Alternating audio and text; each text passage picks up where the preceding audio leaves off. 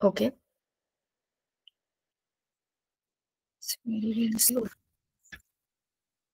ठीक आहे. चला, आपल्याला आत्ता मी माझा कॅमेरा बंद ठेवणार आहे बरं का. कारण की माझा थोडासा नेटवर्क प्रॉब्लेम आहे. मी आणखीन काही उघडलं तर ते सगळं बंद होऊन जाईल. तसं नको व्हायला. आता आपल्याला जो धडा सुरू करायचा आहे, ज्याचं मी तुम्हाला मगाशी नाव सांगितलं, पेशी आणि पेशी अंगके. ठीक आहे? धड्याला सुरुवात करूया. मी आता पीपीटी शेअर करते तुमच्यासमोर आणि एक-एक मुद्दा आपण त्याचा समजून घेऊया.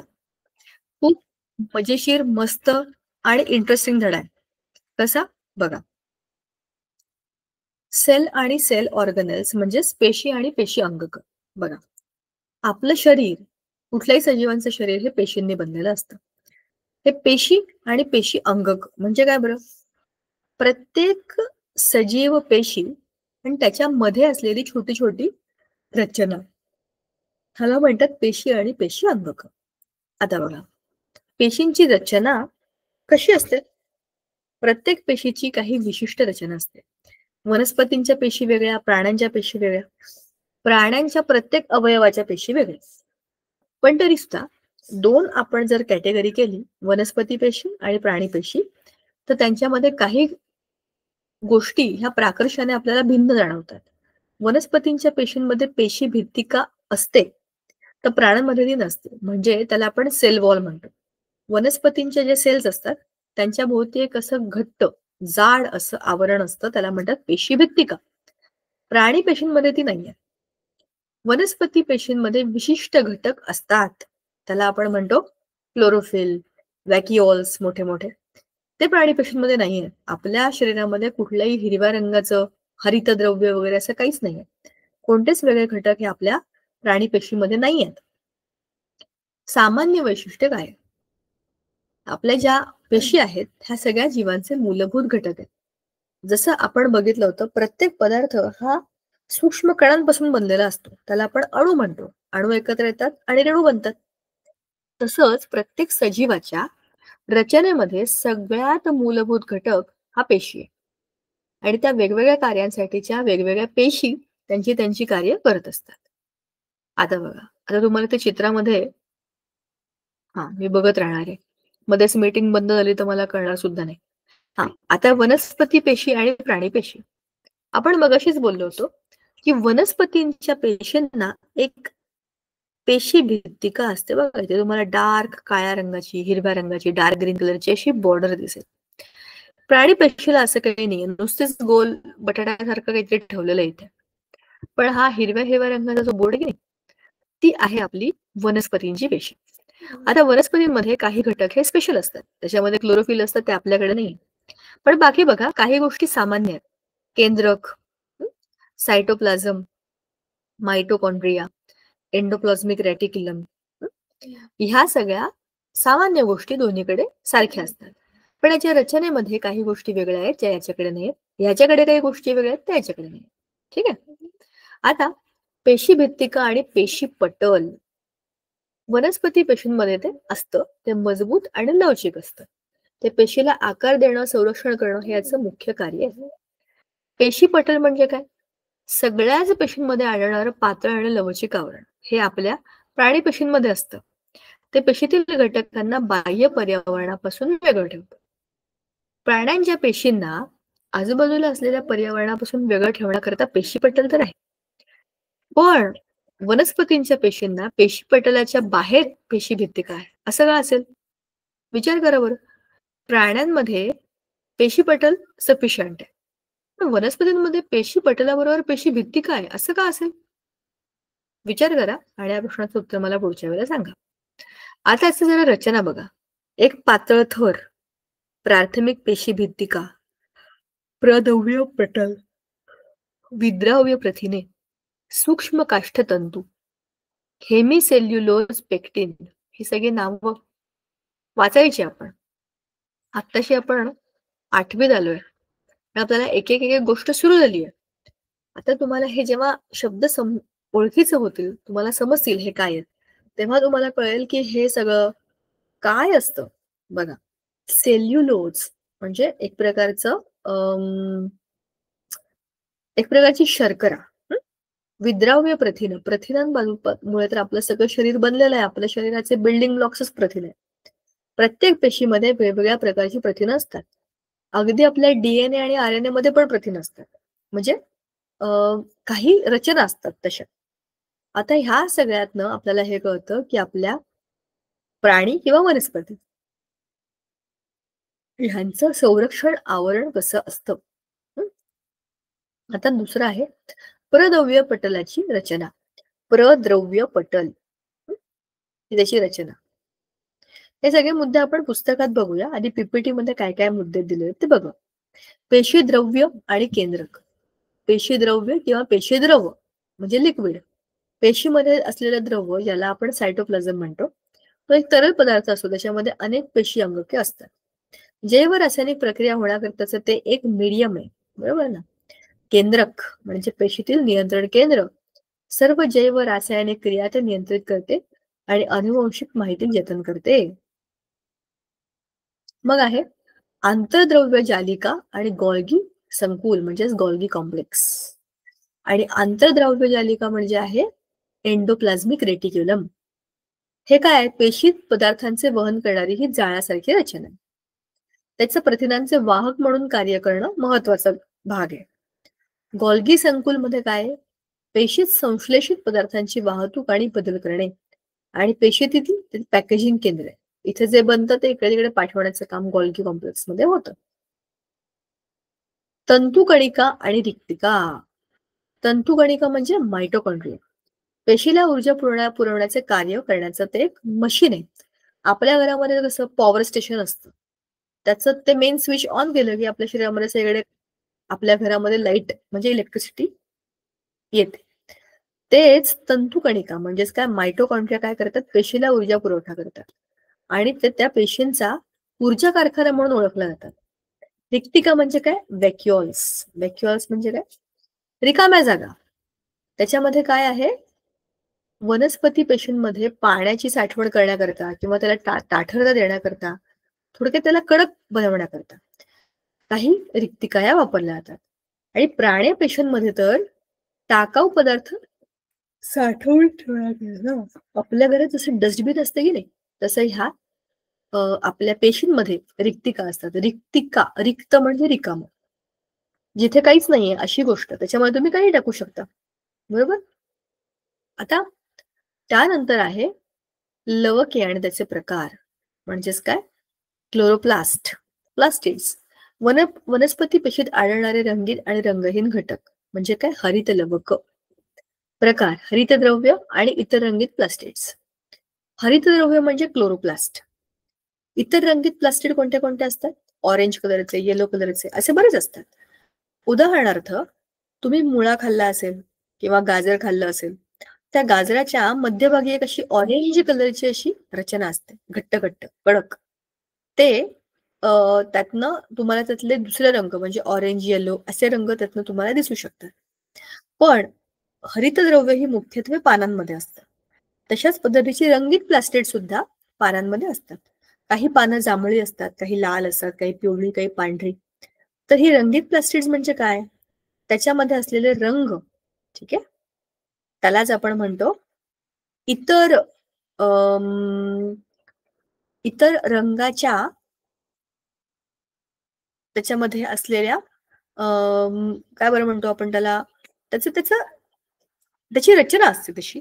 सगळ्याच्या सगळ्या रंगांना ओव्हरपॉवर करतो हिरवा रंग, पण इतरही त्याच्यामध्ये झॅन्थोफिल किंवा अशी दुसरी घटकं असतात जे त्याच्यामुळे त्याला वेगवेगळे रंग देतात. हरितद्रव्यामध्ये काय होतं, सौर ऊर्जेचे अन्नात रूपांतर करण्याकरता ते आवश्यक असतं. हरितद्रव्य म्हणजे काय, थोडक्यात आपल्या पानांमधली फूड फॅक्टरी. आपल्या घरामध्ये कसा गॅस असतो, त्याच्यावर आपण भांड ठेवलं की अन्न शिजतं. अन्न शिजण्याकरताचे जे भांड आहे आपल्या घरातलं, ते पानांमधलं क्लोरोफिल आहे. ते एक प्रकारची रचना आहे ज्याच्यामध्ये आपली ही जी सौर ऊर्जा आहे तिचं रूपांतर अन्नामध्ये होणार आहे. कार्य काय, त्याचं प्रकाश संश्लेषण प्रक्रियेमध्ये ते फार महत्वाचं काम करतं. ठीक आहे. आता लवके ह्याचे आणखीन दुसरे पण काही प्रकार आहेत बघा. मी तुम्हाला म्हणलं ना, कॅरोटीन, झॅन्थोफिल, क्लोरोफिल, अँथ्रोसायनिन हे इतर घटकही असतात पानांमध्ये. त्यांच्यामुळे त्यांना वेगवेगळे रंग येतात. आत्ताच आपण बोललो की कॅरोटीनमुळे ऑरेंज कलर येतो, क्लोरोफिलमुळे हिरवा रंग येतो, अँथोसायनिनमुळे पर्पल डार्क ब्ल्यू कलरची पानं, झॅन्थोफिलमुळे येलो जसे की आपल्या झेंडूची पाकळ्या, बेटॅलिन्स म्हणजे बीटरूट डार्क पिंक, आणि नंतर आहे फिओफायटिन ब्राऊन, ऑलिव्ह ग्रीन किंवा ग्रे ब्राऊन कलरच्या स्टेमचा कलर.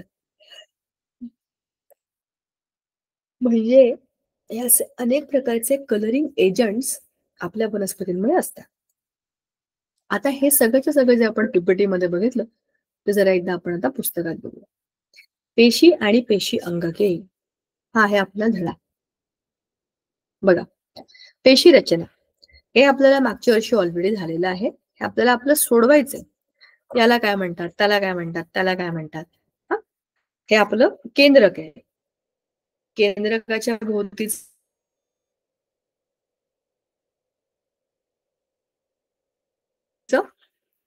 न्यूक्लियस, बरोबर, बरोबर. आता आपल्याला बघायचं आहे की ह्या दोघांमधल्या रचनेतला फरक. प्राणी पेशीमध्ये पेशीपटल आहे का? आहे. ह्याच्यामध्ये पण आहे.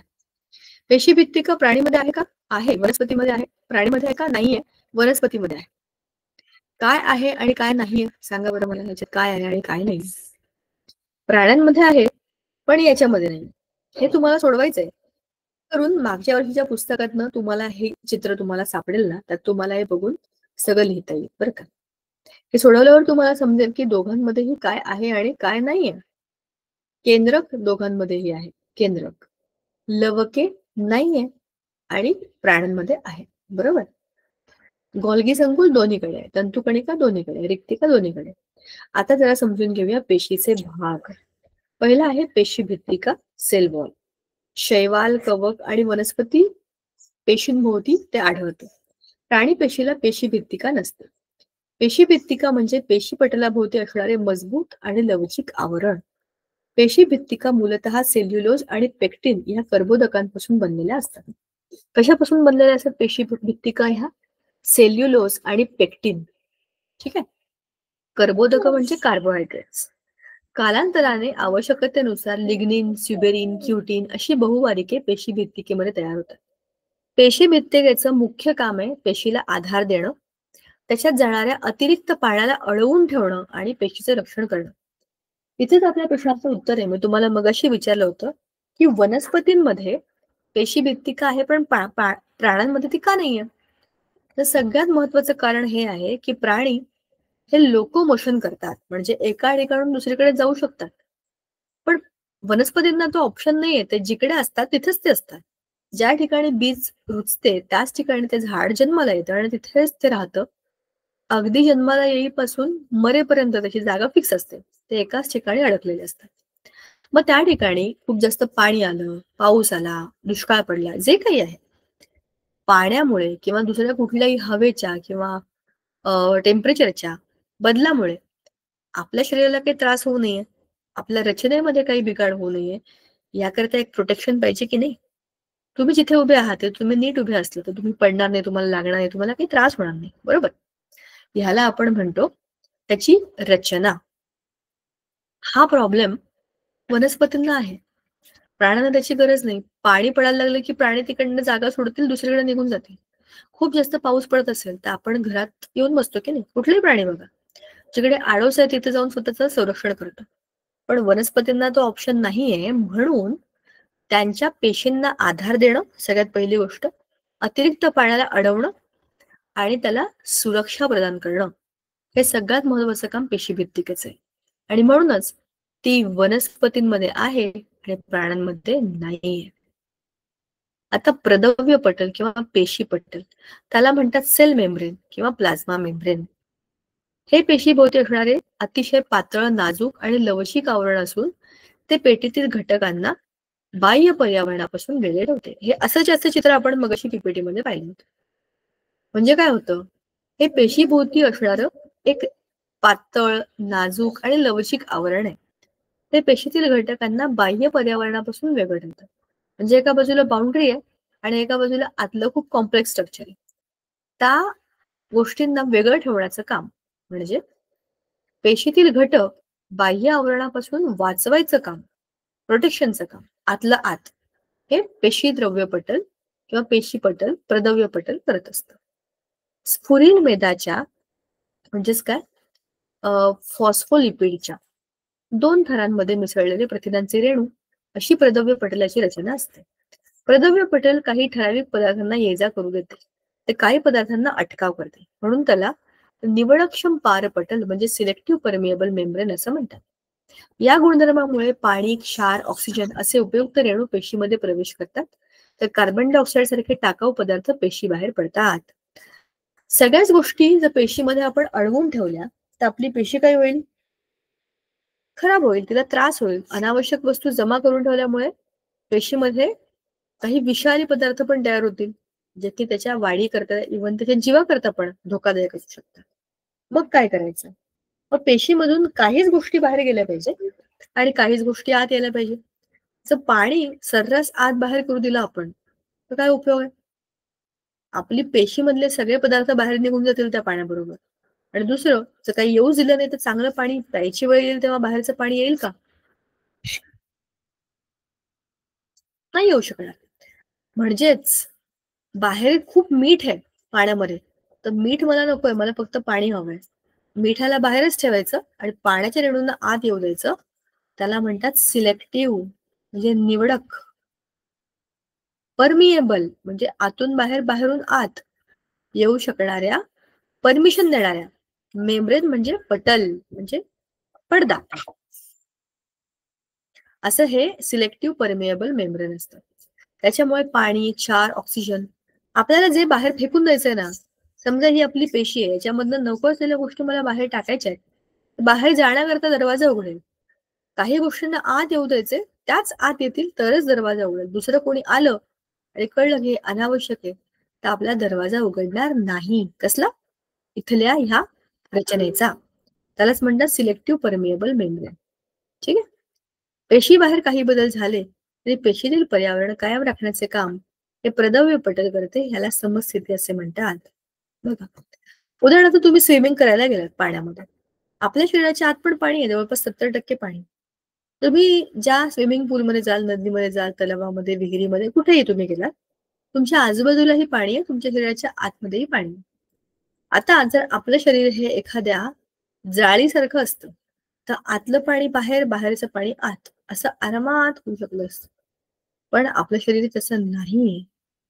आपल्या शरीरामध्ये हे चेक करण्याची कॅपॅसिटी आहे. तुम्ही समुद्राच्या पाण्यामध्ये स्विमिंग करायला गेलं तर तुम्हाला त्रास होतो. पायाला, हाताला खाजतं आणि ते पाणी शरीराच्या आत जाण्याकरता कितीही प्रयत्न केला तरी पण शरीर त्याला अलाव करत नाही. ह्याचं तुम्हाला काही प्रूफ दिसतं का? बघा ना. तुम्ही खूप वेळ पाण्यामध्ये स्विमिंग केलं, तुमच्या हातापायाच्या स्किनला बघा, अशी खरखरीत खवले आल्यासारखी दिसायला लागते. म्हणजेच ती विरोध करते. हं? आणि स्वतःलाही बदलून घेते. अशी जी रचना आहे, त्याच्यामुळे काय होतं, प्रत्येक पेशी बाहेरच्या बदलाला बघून स्वतःला बदलते. पण आपल्या रचनेमध्ये काहीच गडबड होऊ नये म्हणून तयारीत असते. बाहेरच्या पर्यावरणाला काय करायचं ते करू दे. टेम्परेचर वाढलं, कमी झालं, पाऊस पडला, उष्णता आहे, पाण्यात गेलात तुम्ही खेळायला, बाहेरची परिस्थिती कशीही असली तरी पण आतली परिस्थिती सेमच असते. बाहेर खूप टेम्परेचर वाढलं, बाहेर 50 डिग्री टेम्परेचर झालं म्हणून माझ्या शरीराचं टेम्परेचर 50 डिग्री होतं का? नाही होत. कायम आपल्या शरीराचं टेम्परेचर 37 डिग्रीच्या आसपास असतं. ते बदललं तर टेन्शन आहे, म्हणजे समस्थितीमध्ये ते नाहीये. बरोबर ना? ह्याचाच अर्थ काय आहे, की हे जे आहे ते काय आहे आपलं, आपल्या पेशीला सुरक्षित ठेवण्याचं महत्वाचं काम करतं. आता दुसरं आहे प्रद्रव्य पटलाची रचना.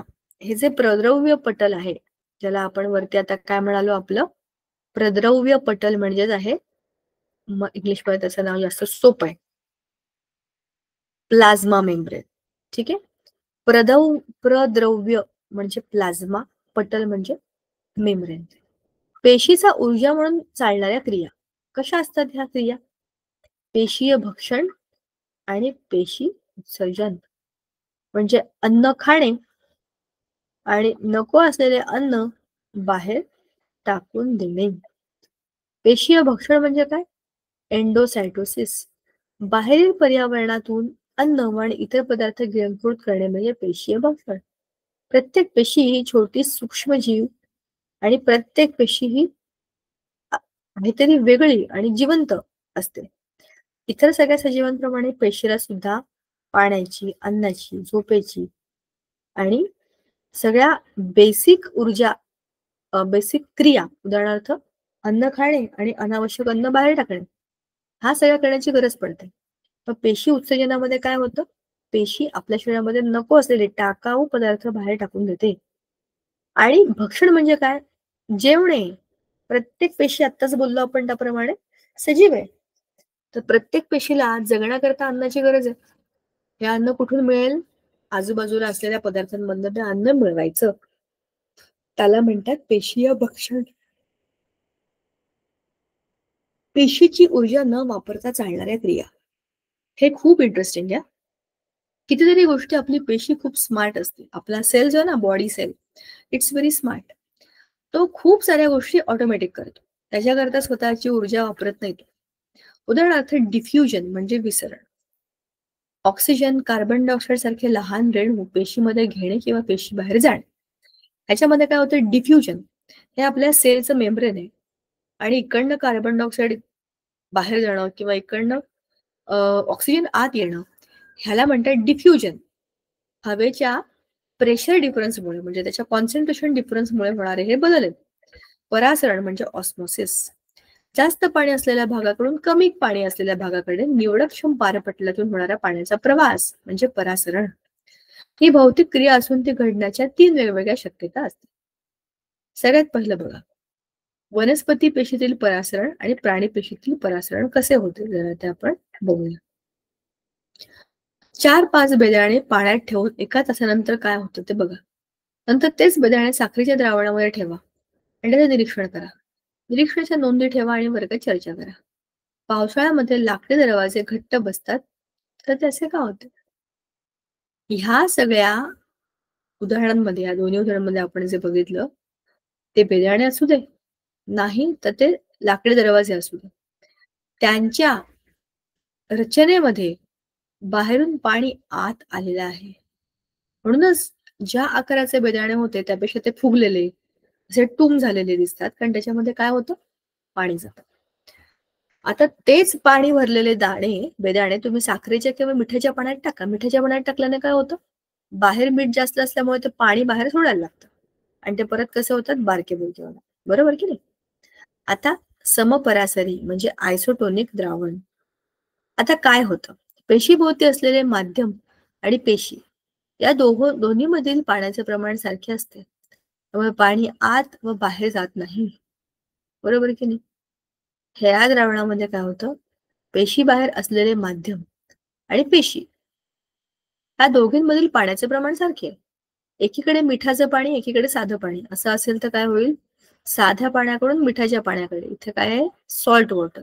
आणि इथे काय आहे? Regular water. तर जिकडे त्याची कॉन्सन्ट्रेशन जास्त, तिकडे आपलं साधं पाणी एंटर करेल. बरोबर? पण इथेही साधं पाणी आहे, इकडेही साधं पाणी सेम आहे. त्याच्यामुळे काय होईल? दोन्हीकडील पाण्याचं प्रमाण सारखं राहील. अवपरासारी म्हणजे काय? हायपोटोनिक. पेशीतील पाण्याचे प्रमाण कमी आणि सभोवतालच्या माध्यमातील पाण्याचे प्रमाण जास्त असल्याने पाणी पेशीमध्ये शिरते. त्याला अंतःप्रासरण असे म्हणतात. उदाहरणार्थ बेदाणे पाण्यात ठेवल्यावर काही वेळानंतर ते फुगतात. बरोबरच. बघा, हे अतिपरासरी म्हणजे हायपरटोनिक. पेशीतील द्रव्याचे प्रमाण जास्त आणि पेशीभोवतालच्या माध्यमातील पाण्याचे प्रमाण कमी. असं असल्यावर काय होतं? पेशीतून पाणी बाहेर पडतं. उदाहरणार्थ फळांच्या फोडी साखरेच्या घट्ट पाकामध्ये आपण करून टाकल्या ना, तर फोडीतील पाणी पाकात जाऊन बसतं आणि त्याच्यामुळे काय होतं? त्या फोडी थोड्या वेळानंतर आकसून जातात. अतिपरासरी द्रावणामध्ये ठेवल्यानंतर प्राणी पेशी किंवा वनस्पती पेशीतील पाणी बहिःपरासरण म्हणजे एक्झॉस्मोसिस, बाहेरच्या बाजूला पाणी पडलं आणि त्याच्यामुळे पेशी द्रव्य हे आकसतं आणि पेशीला काही काही त्रास होऊ लागतात. ह्या क्रियेला रससंकोच म्हणजे प्लाझ्मोलिसिस असं म्हणतात. तिसरा मुद्दा आहे आपला पेशी द्रव्य म्हणजे सायटो सायटोप्लाझम. कांद्याच्या पापुद्र्यात एक मिनिट हा. कांद्याच्या पापुद्र्यात भरपूर द्रवाने भरलेली आयताकृती पेशी तुम्ही पाहिली आहे का? प्रदव्य पटल आणि केंद्रक यांच्यामधील तरल पदार्थाला पेशीद्रव्य म्हणतात. म्हणजेच काय आहे? प्रदव्य पटल आणि केंद्रक. आपल्या पटलाचा उपयोग हा पेशीच्या आतल्या आणि बाहेरच्या गोष्टी वेगळ्या करण्याकरता होतो ना. तर केंद्रक आणि प्रदव्य पटल ह्यांच्यामध्ये पण एक लिक्विड आहे, त्याला आपण पेशीद्रव्य म्हणतो, म्हणजेच काय सायटोप्लाझम. हे पेशीद्रव्य हा चिकट पदार्थ असून तो सतत हालचाली करत असतो. त्याच्यामध्ये अनेक पेशी अंगके विखुरलेली असतात. पेशीत रासायनिक अभिक्रिया घडून येण्याकरता हे पेशीद्रव्य माध्यम आहे. पेशी अंगकांव्यतिरिक्त असलेला पेशीतील भाग म्हणजे पेशीद्रव्य म्हणजे सायटोसोल. पेशीद्रवामध्ये अमायनो आम्ले, ग्लुकोज, जीवनसत्वे ही साठवलेली असतात. मोठ्या केंद्रीय रिक्तिकेमुळे वनस्पती पेशीत पेशीद्रव्य कडेला सारलेले असते. वनस्पती पेशीतील पेशीद्रव्यापेक्षा प्राणी पेशीतील पेशीद्रव्य हे अधिक कणयुक्त आणि दाट असते. हे फार महत्वाचं वाक्य आहे. वनस्पती पेशीतील द्रव्यापेक्षा प्राणी पेशीतील पेशीद्रव्य हे अधिक कणयुक्त आणि दाट असते. म्हणजे प्राण्यांच्या पेशीमधलं जे सायटोप्लाझम आहे हे थिक आहे, थिक. आता पेशी अंगकांव्यतिरिक्त असलेल्या पेशीतील भाग म्हणजे पेशीद्रव्य म्हणजे सायटोसोल. पेशीमध्ये रासायनिक अभिक्रिया घडून येण्याकरता हे पेशीद्रव्य माध्यम आहे, माध्यम. पेशी अंगकांव्यतिरिक्त असलेल्या पेशीतील भाग म्हणजे पेशीद्रव्य. बरोबर. ह्या द्रवामध्ये अमायनो आम्ल, ग्लुकोज आणि जीवनसत्वे साठवलेली दिसतात. मोठ्या केंद्रीय रिक्तिकेमुळे वनस्पतीत पेशीमध्ये पेशीद्रव्य कडेला सारलेले असते. मोठ्या केंद्रीय रिक्तिकेमुळे, मोठी आपली जी केंद्रीय रिक्तिका आहे त्याच्यामुळे वनस्पती पेशीमध्ये पेशीद्रव्य हे कडेला असते. कारण वनस्पती पेशींना सेल वॉल आहे, त्याच्यामध्ये पेशीद्रव्य त्यातल्या रिक्तिका या मोठ्या आहेत. केंद्रीय रिक्तिका पण मोठी आहे, पण प्राण्यांमध्ये तसं काही नाही आहे. म्हणून ते दाटपणे आणि जाडपणे काय पेशीद्रव्य म्हणजे सायटोप्लाझम. पेशी अंगके. आता पुढचं आहे सेल ऑर्गेनेल्स. विशिष्ट कार्य करणारे पेशीतील उपघटक म्हणजे पेशी अंगके. ही अंगके म्हणजे पेशीचे अवयव. प्रत्येक अंगकाभोवती मेदप्रथिनयुक्त पटल असते. केंद्रक व यांव्यतिरिक्त इतर सर्व अंगके ही इलेक्ट्रॉन सूक्ष्मदर्शकाच्या मदतीने पाहता येतात. हे बघण्याकरता हे इतके छोटे असतात, सूक्ष्मदर्शकामध्ये बघणं पण कठीण आहे. त्यांना इलेक्ट्रॉन मायक्रोस्कोप खालीच बघावे लागतात. सगळ्यात मोठं आणि महत्वाचं जे काही आहे ते आहे केंद्रक, बॉस. आपल्या शरीरामध्ये जसा मेंदू आहे ना, तसा प्रत्येक पेशीचा मेंदू म्हणजे त्याचं केंद्रक. ह्या सगळ्या गोष्टी डिसाईड करण्याचं काम केंद्रकामध्ये असते. काय करायला सांगितलं बघा. स्वच्छ काचपट्टीवर पाण्याचा थेंब घ्या. आईस्क्रीमच्या चमच्याने गालाची आतली बाजू खरवळा. चमच्यावरील थोडा पदार्थ सुईच्या टोकावर घ्या आणि काचपट्टीवरील पाण्यामध्ये तो पसरवा. वर मिथिलीन ब्ल्यू रंजकाचा एक थेंब टाका. आच्छादन काच ठेवून संयुक्त सूक्ष्मदर्शकाखाली निरीक्षण करा आणि केंद्रक दिसले का ते पहा. कांद्याच्या पापुद्र्याची आयोडीन रंजित काचपट्टी सूक्ष्मदर्शकाखाली पाहताना प्रत्येक पेशीत दिसलेला गोलाकार गडद ठिपका म्हणजे त्यांचे केंद्रक. आणि ह्याचा तुम्हाला व्हिडिओ पण दिसेल आणि गुगलवरती फोटोज पण दिसतील. कारण की हा अतिशय सोपा आणि कॉमन असा घटक आहे प्रत्येक पेशीतला. आता पुढे आपल्याला बघायचंय की इलेक्ट्रॉन सूक्ष्मदर्शीने पाहिल्यावरती आपल्याला केंद्रकाभोवती काय काय दिसतं. त्याच्याभोवती एक दुहेरी आवरण आहे बघा. दुहेरी आवरण दिसलं का? 1 आणि 2. त्याच्यावरती केंद्रकी छिद्र आहेत, असे डॉट्स आहेत बघा ना, ते असे खड्डे खड्डे खड्डे.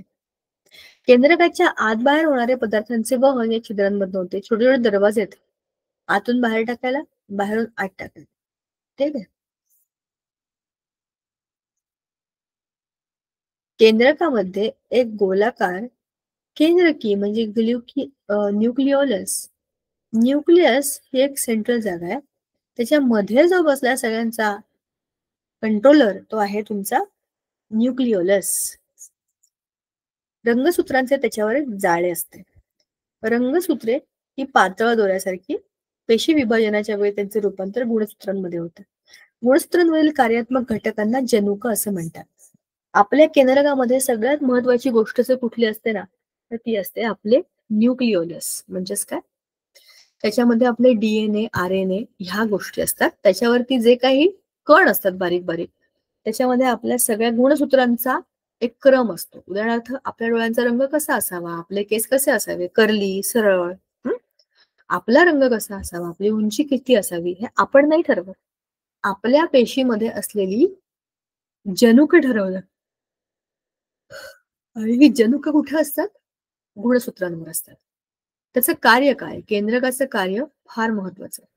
पेशींच्या सर्व चयापचय क्रिया आणि पेशी विभाजन यावरती नियंत्रण ठेवणं. जनुकांद्वारे अनुवंशिक गुणांचे संक्रमण पुढील पिढीकडे करणे. आता खाली काय काय प्रश्न आहेत ते बघा.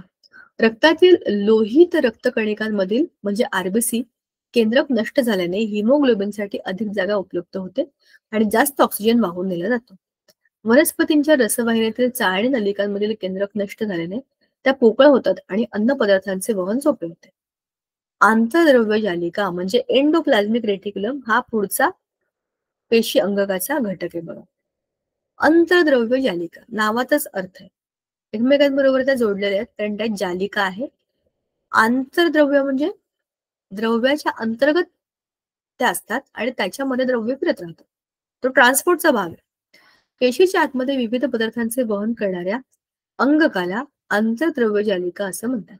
आंतरद्रव्य जालिका म्हणजे तरल पदार्थांनी भरलेल्या सूक्ष्म नलिका आणि पट एकमेकांना जोडले जाऊन बनलेली जाळ्यासारखी रचना.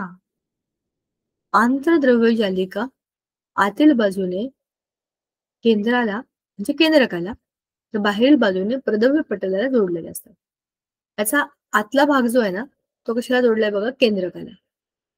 बाहेरचा भाग कशाला जोडलेला आहे याचा, तो जोडलेला आहे बाहेरच्या बाजूने प्रद्रव्य पटल म्हणजे प्लाझ्मा मेम्ब्रेन. कार्य काय? पेशीला आधार देणं, पदार्थांचं वहन करणं, अन्न, हवा, पाणी यांच्या मार्फत शरीरात आलेल्या विषारी पदार्थांना जलद्रावणीय करून शरीराबाहेर टाकणं. नुसतं आपलं बसून टाइमपास करण्याचं काम नाहीये त्याचं काम हे पण आहे की त्याला बरं असो नसो, त्याचं काम आहे की तिथल्या पदार्थांचं वहन करणं. केंद्रकाकडून बाहेरून आत अशा पद्धतीने त्याचं वहन करण्याचं काम आहे. पण आणखी एक महत्वाची गोष्ट त्याच्यामध्ये आहे, पदार्थांना जलद्रावणीय करून शरीराबाहेर टाकणे. कोणते? विषारी पदार्थ. आपल्या केंद्रकामधनं बाहेर येईपर्यंत आपल्या त्या पेशीमध्ये अनेक गोष्टी अशा असतात ज्या आपल्याला नको असतात, त्या बाहेर टाकून देण्याकरताची ही रचना आहे. तुमच्या आवडीची बिस्किटे, चॉकलेट्स यांच्याभोवती कोणती कोणती वेष्टनं असतात? विचार करून बघ. कारखान्याचा पॅकिंग विभाग कोणते काम करतो? आता पुढची रचना आहे गॉल्गी काय, म्हणजेच काय, गॉल्गी संकुल किंवा गॉल्गी कॉम्प्लेक्स. बघा, ह्याच्यानंतर आपल्या या धड्यामध्ये काय जरा बघूया आपण. तंतुकणिका, लवकांची कार्य. आपण गॉल्गी कॉम्प्लेक्स पुढच्या वेळेला करूया. आता जरा आपण बघूया की आतापर्यंत आपण कुठल्या गोष्टी बोललो. बघा, आपण आता जे बोलतोय ते आहे आपल्या पेशीच्या रचनेबद्दल. मी तुम्हाला जरा एक फोटो दाखवते, त्यावरून आपण जरा काही गोष्टींची चर्चा करूया. आपल्याला वनस्पती आणि प्राणी पेशी यांच्यातला फरक बघायचा बरं का. तर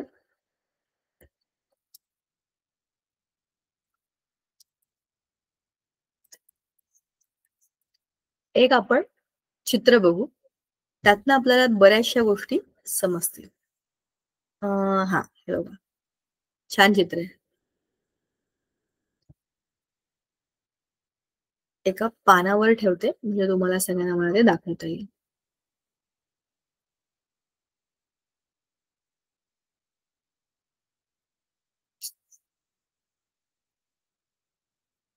एकच मिनिट, मी शेअर करते.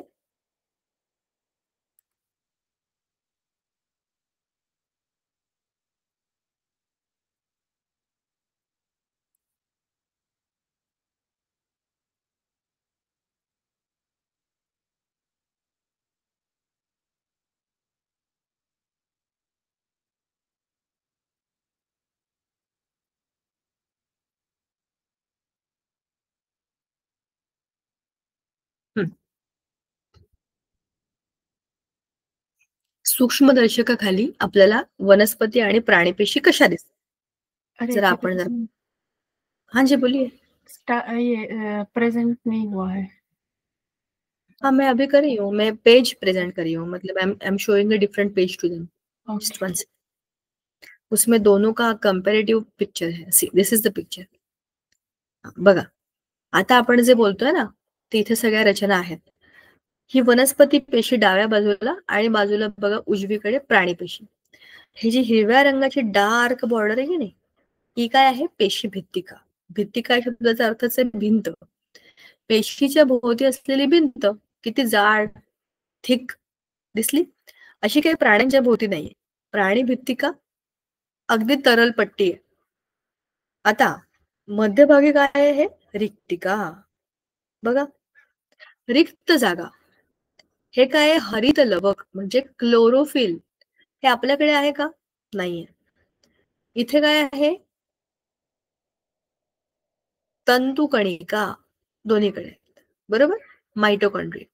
पेशी द्रव म्हणजे काय आहे? सायटोप्लाझम. इथे पण आहे आणि इथे पण आहे, बरोबर? गॉल्जी पिंड, गॉल्जी ॲपॅरेटस हे इथे पण आहे, इथे पण आहे. गॉल्जी कॉम्प्लेक्स आपण पुढच्या वेळेला बघणार आहे. पुढच्या वेळेला गॉल्जी कॉम्प्लेक्स आणि त्याच्या पुढचा भाग आपण बघूया. अंतर्द्रव्य जालिका म्हणजे काय? हे बघा, एंडोप्लाझ्मिक रेटिक्युलम. वनस्पतींमधलं वेगळं, प्राण्यांमधलं वेगळं. केंद्रक, इथे पण केंद्रक आहे, इथे पण केंद्रक आहे, बरोबर? लयकारिका म्हणजे ह्याला छोटे छोटे डॉट्स जे इथे दिसतात ना, ते प्राण्यांमध्ये नाही आहेत, बरोबर? दोघांमधला जर आपण वरवर विचार केला ना, तर आकार वेगळा आहे, रचना वेगळ्या आहेत. ह्याच्यामध्ये काही पदार्थ आहेत, ह्याच्यात काही पदार्थ नाहीयेत. ह्याच्यामध्ये काही पदार्थ आहेत, ते पदार्थ ह्याच्यात नाहीयेत. मुख्य म्हणजे वनस्पती पेशींमध्ये मोठे मोठे व्हॅक्युअल्स आहेत, जे प्राण्यांमध्ये नाही आहेत. प्राण्यांमध्ये बघा ना, किती जास्त सायटोप्लाझम आहे, बरोबर? पेशी द्रव्य भरभरून ठासून भरलंय, जे की इथे नाही, इथे विरळ आहे बऱ्यापैकी. ह्या सगळ्या गोष्टी आपण आपल्या आतापर्यंतच्या पुस्तकातल्या टप्प्यांमध्ये बघितल्या. इलेक्ट्रॉन सूक्ष्मदर्शकाखाली आपल्या पेशी कशा दिसतात हे आपल्याला कळलं. वनस्पती पेशी आणि प्राणी पेशी. पुढच्या वेळेला हा धडा आपला संपेल. आज आपण इथे थांबूया, म्हणजे पुढच्या वेळेला आपल्याला हा धडा संपला की नवा धडा सुरू करता येईल. कोणाला काही शंका असेल तुम्ही नक्की विचारू शकता. आपला हा जो धडा आहे हा खूप काय बरं म्हणतात त्याला, सोपा आहे, छोटासा आहे आणि बेसिक आहे. कारण ह्याच्यामधनं पुढच्या वेळेला आपल्याला आणखीन गोष्टी दिसणार आहेत. पुढच्या वर्षी याचं कनेक्शन आपल्याला आहे. ठीक आहे, थांबूया का आपण आजच्या दिवशी इथे? Thank you Sangeeta ma'am, thank you Prema ma'am. I think मुझे लगता है अभी एंड के लिए तो मैं कैमरा स्टार्ट कर सकती हूँ। चलिए, हमारा लेसन ऑलमोस्ट आधे से ज्यादा हो गया है। थोड़ा सा पार्ट बचा है जो हम पिछले अगले बार कंटिन्यू करेंगे, तो वो पिछला रिवीजन और ये ऐसे कंटिन्यूशन में खत्म हो जाएगा। The lesson is very small. ठीक है, thank you Prema ma'am, thank you Sangeeta ma'am.